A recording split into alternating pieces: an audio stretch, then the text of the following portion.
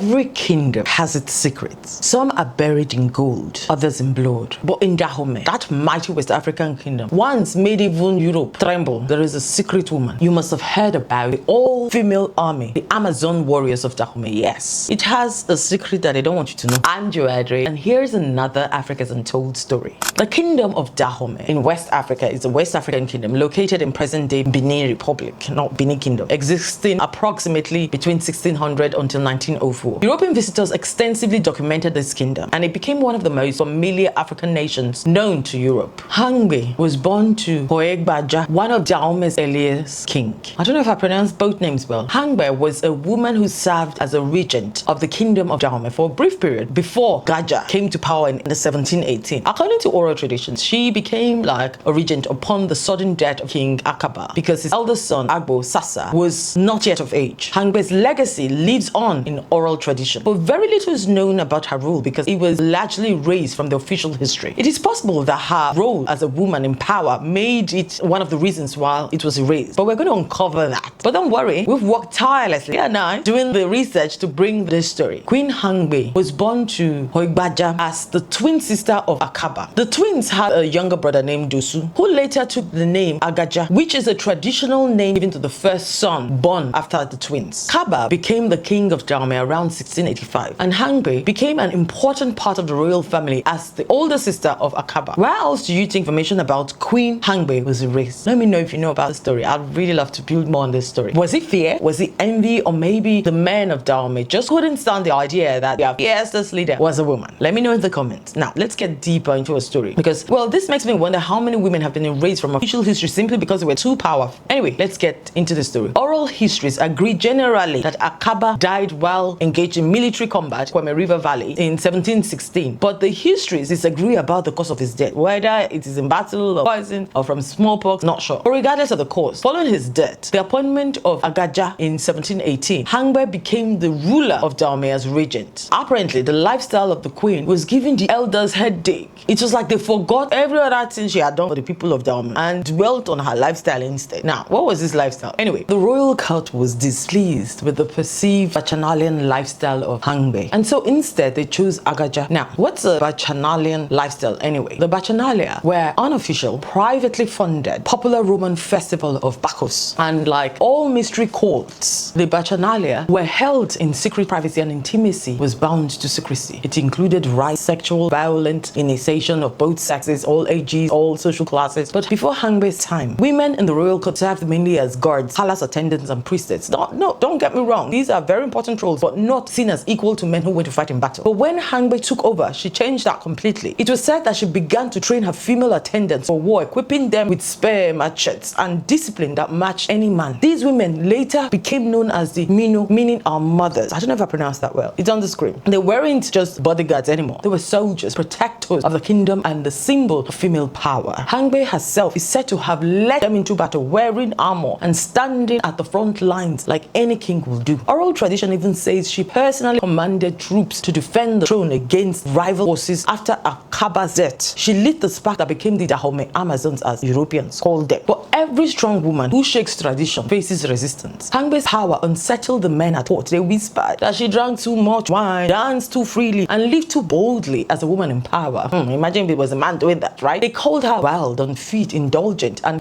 that's the classic accusation thrown at women who refused to shrink. When she was holding the kingdom together, the elders and military chiefs were plotting. Her brother Agaja gathered allies in secret. He would soon take what she had built. She was forcibly disposed by her power-hungry younger brother. So it is not today that some people you can't even trust your blood. When Agaja rose to power, one of his first acts was to erase Hangbe's name from the royal record. He ordered her statues be removed, her name unspoken in official ceremonies, her symbols should be destroyed. He rewrote Dahomey's history as though his sister had never existed. For years, the official lineage skipped from Akaba to Agaja. No mention of a woman ever ruling between them. Even her warriors were recast as his creation. Now, we know why the official history does not really carry her name. Yet, in the heart of the people, especially among women, the memory of Queen Hangbe refused to die. Without her name in the records, Hangbe faded from the official story. European historians, relying on male court scribes and colonial information, repeated what they were told, that Dahomey had only been ruled ruled by male kings. Under Agaja, the Mino kept fighting. They defended Dahomey nearly 2 centuries after Hangbe against kingdom invaders and even European armies. They were fierce, strategic, and loyal. Centuries later, oral historians and local griots began to piece her story back together. In the royal city of Dahomey, her descendants still perform rituals in her honor. And the modern Hangbe Foundation in Benin now works to keep her memory alive. No one knows exactly how Queen Hangbe's story ended. Some say she died quietly in Dahomey. Others said she escaped and then lived among the people that she rules. We don't really know for sure. Today, she stands as a symbol of resistance and leadership. Her legacy leads on not only in the stories of the Mino, the Dahomey Amazons, but every woman who refuses to let history silence her. And maybe, just maybe, that's why the women of Dahomey fought with such fire. Because they were not only fighting for their kingdom, they were fighting also to keep Hangbe's memory alive. Today, Hangbe is remembered as the first female ruler of Dahomey and the founder of the Dahomey Amazon. Her story reminds us that history isn't always what is written, or history can have amnesia sometimes. But that's why we're here to tell you these stories, to dig these stories. And it's not just me. I've got a great team behind me, small but young, enthusiastic Nigerians digging, doing the research, piecing things together, and we are creating stories that needs to be told to complete at least the history that we now know. I'm Joana, and here we tell Africa's untold story to help you heal through storytelling.